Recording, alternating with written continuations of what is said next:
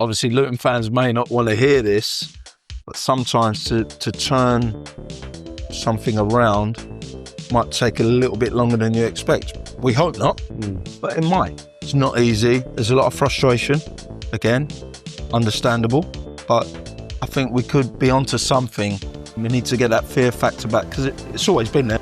We have a duty, I feel, to think the best for this football club. If we think the worst all the time, we're not going to go anywhere.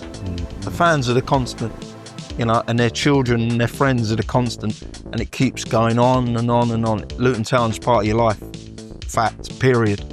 So, we've got to do our best to represent your club, your shirt at that particular time of their end off.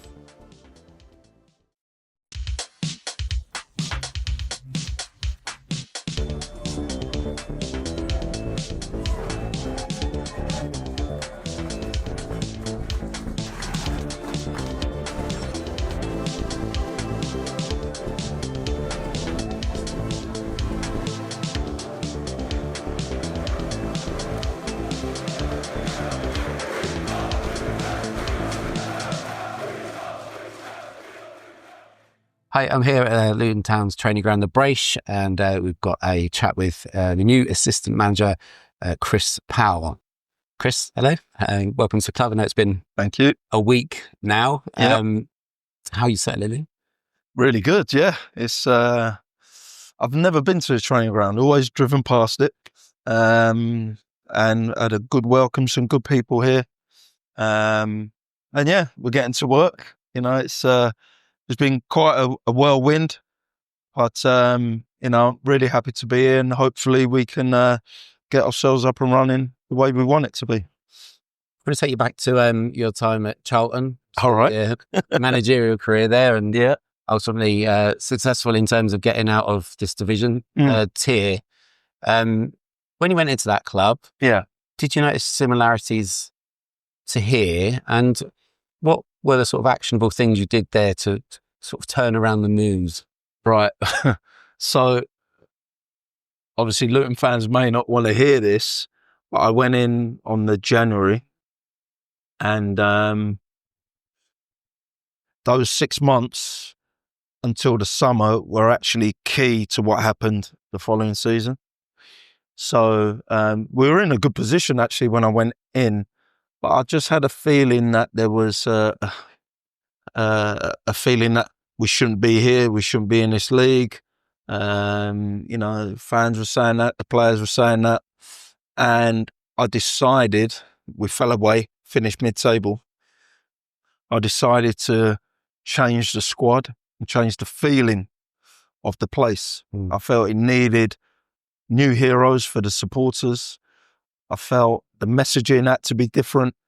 And I was quite fortunate in respect of I was a player there, a popular player in the good days as such. So I felt there was a trust between myself and the crowd, and I was very positive in what I said, and the players we brought in were key to that. I felt they were good enough for League One, but also if it all fell into place, there wouldn't be much change the following year if it all went to plan. So that was a longer term plan. It wasn't short term, it was longer term. I was given a little bit of money, and actually Luton's nutritionist was my left back who I bought from Bournemouth, Royce Wiggins. So we're working together now, but that was sort of what I did way back now, 2011, 2012. And do you notice any similarities here? Yes and no. I mean, it's slightly different because the club had been in League One for 3 seasons, 2-3 seasons. And sometimes, unfortunately, we've seen it with Sunderland, we've seen it with Leeds. To get back to where you want to get to, there's a bit of hardship to go through, but they've made it. Charlton now have finally got themselves out. They're trying to sort of push on. Obviously, our situation here is slightly different with regards to the rise, and then sadly what's happened in the last 2 seasons. So we have to, everyone wants it immediate, but sometimes to turn something around might take a little bit longer than you expect. We hope not, but it might. I've got to sit and say it might, because that's the reality of the game. That's the reality of where we're at. And I think also a lot of key players that were here over the years, that obviously, the crowd and the football club have loved, they've moved on. So we've got a new group now, and the new group we're getting used to, but equally the fans are getting used to as well. So there's a lot going on that we have to kind of just get the synergy together between simply everyone, because unfortunately we've gone through a bit of hardship last 2 years. I haven't been here, but of course I've seen it from afar, and now I'm in it. Myself and particularly Jack and the rest of the staff, we want to turn it around and get it going the way we all want it to go. Because you had your first match and you sort of saw the reaction there, I suppose. I think there's probably a case to say that maybe there's some players lacking in confidence, and that's understandable. Yeah. I take you back to one of your other roles. You worked with the PFA, and you talked often about, player welfare and things like that. Is there something that you can instill here early on to try and get the players feeling more confident performing again? Well, it's a two-way thing. It's very easy for us, and we will support them, and we will do our best to put things in place to make them feel confident, to make them want to express themselves and, take risks. On the football pitch, you have to take risks, especially in the final third. But it's two-way, because I'm sure every fan, they turn up, they want their team to win. End of story. That's always the way. But then if it's not going right after 20, 30 minutes, and players then don't want to take risks because they could be in trouble, or the fans can be negative, they don't want that. But equally, they have to do that to get the fans on side. It's kind of it's a bit of a circle, really. But I think, I want every fan of Luton Town to be as positive as they can to young men, young players who want to do their best,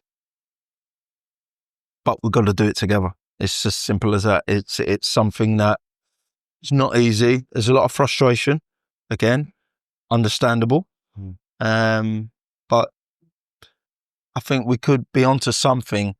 I really do. If we just get it right, we get the balance right, I just think we could be onto something. Because I know, coming here over the years as a player and also as a manager, I'm always, if we survive the first 10, 15 minutes, we're okay. We need to get that back. We need to get that fear factor back, because it's always been there. You guys know better than me.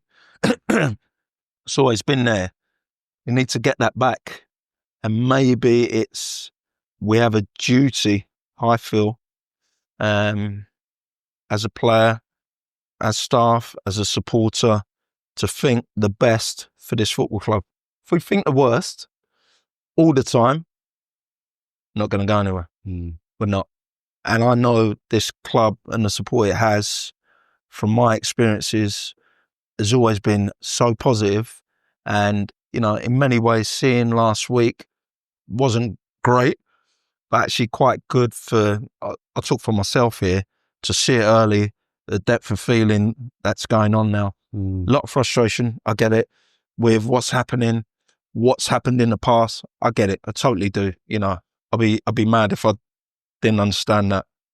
I'm a supporter myself, so I understand that, we need to turn and arrest a bit of a negative into a real positive, because it can be a real strength. Something I think might be quite similar then, that you'd be able to tell me, and it might feel like I'm going through a sort of potted history of your career, but it's a very experienced and vastly, you've been everywhere and done everything. But obviously one of the most recent ones was your role within the England setup, and you and the other coaches in Gareth Southgate all sort of credited with this culture shift in England, in terms of making it fun for the players again, and you know, getting them on side, even getting, you know, the fans and the press on side. That was one, and it's this, well, something probably I've never experienced in my England supporting life, but it all came together. And I wondered if there's, what were the things that you did there? Are there some quick actionable things that you can do to, you know, affect that change you were talking about? Gareth did something like this. He did something like this and actually said to the players, be vulnerable. Say to people exactly how you're feeling. And it was brilliant. You know, I mean, it started before I joined and just snowballed. It was fantastic to see. You know, darts competition and all that. I know everyone knows about it, but I think he doesn't get the credit he really deserves, because the England team, and everyone supports England in the nation, everyone disagrees or agrees with the team that the England manager chooses, but he made everyone feel part of it. You know, it's not a them and us. And it should never be that. And, you know, as I've said about us, it can be a strength when you're together, and it is a strength. But I think Gareth just kind of made everyone feel comfortable, pride in what they were doing, the legacy. That was a big thing. That really caught me. The legacy of where that shirt started to where it is now. And I think we can do something like that here. You know, the very sort of first team of Luton Town, or the first player, etc. Whatever it is, to connect it to now. Because as I've said earlier, we're passing through. You know, players pass through. You have heroes, but you have new heroes. You have managers, they pass through. But you're the constant. The fans are the constant. You know, and their children and their friends are the constant. And it keeps going on and on and on. Luton Town's part of your life. Fact, period. So, you know, we've got to do our best to represent your club, your shirt at that particular time of the end off. You know, so we've got to do that now. We've got to try and make new heroes. You know, won't be easy, but they're there. They're there. I've seen it. And obviously as time goes on, you build on it, but they're there. You know, and I think Luton Town supporters have had a lot on their plate last couple of seasons, but even looking before that, they had a lot on their plate that they enjoyed, you know, so your support is through hardship, as well as the celebratory times.